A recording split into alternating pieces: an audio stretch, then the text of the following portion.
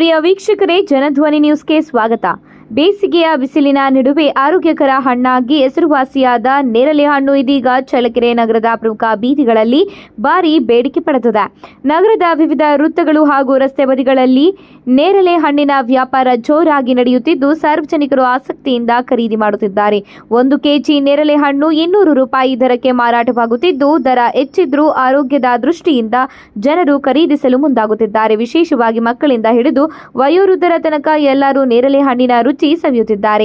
ನೇರಳೆ ಹಣ್ಣು ದೇಹಕ್ಕೆ ತಂಪು ನೀಡುವುದರ ಜೊತೆಗೆ ಮಧುಮೇಹ ನಿಯಂತ್ರಣ, ರೋಗ ನಿರೋಧಕ ಶಕ್ತಿ ಹೆಚ್ಚಿಸುವ ಗುಣಗಳನ್ನು ಹೊಂದಿದೆ ಎಂದು ಆರೋಗ್ಯ ತಜ್ಞರು ಹೇಳುತ್ತಿದ್ದಾರೆ. ಒಟ್ಟಿನಲ್ಲಿ ಚಳ್ಳಕೆರೆ ನಗರದಲ್ಲಿ ನೇರಳೆ ಹಣ್ಣಿನ ಸೀಸನ್ ಆರಂಭವಾಗಿದ್ದು, ವ್ಯಾಪಾರಿಗಳಿಗೆ ಉತ್ತಮ ಆದಾಯ ತಂದುಕೊಡುತ್ತದೆ.